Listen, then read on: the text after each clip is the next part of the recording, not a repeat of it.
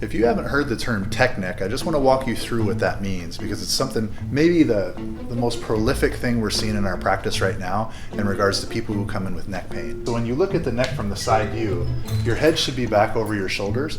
Most people are aware of that, but underneath there should be a curvature, almost like you would see on a bridge, to support the weight of your head, right? It gives you lots of decompression, so you can go throughout your whole day in gravity without aggravating any of the nerves and muscles in your neck. What happens is, as a result of us being in positions with our neck forward from a really young age now, all throughout our, not just education, but our work history, we're working at computers all day, we're looking down all day, like the majority of our life, our work life anyway, is stuck in this position, that when we try to go back to quote normal, our body can't find it. And our tissues have had to compensate and adjust to this over time.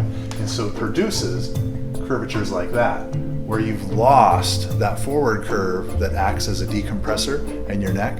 And one of the most troubling pieces of research that's come out on this recently says that for every 10 millimeters forward that your head goes, it weighs an additional 10 pounds.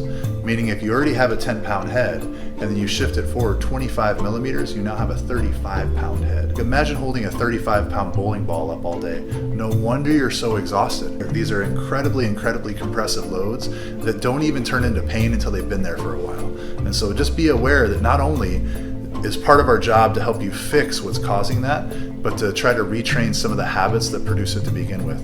We'll have a lot of videos and pieces of content on our page in regards to better ways to do this at home and in your office, and so check those out later.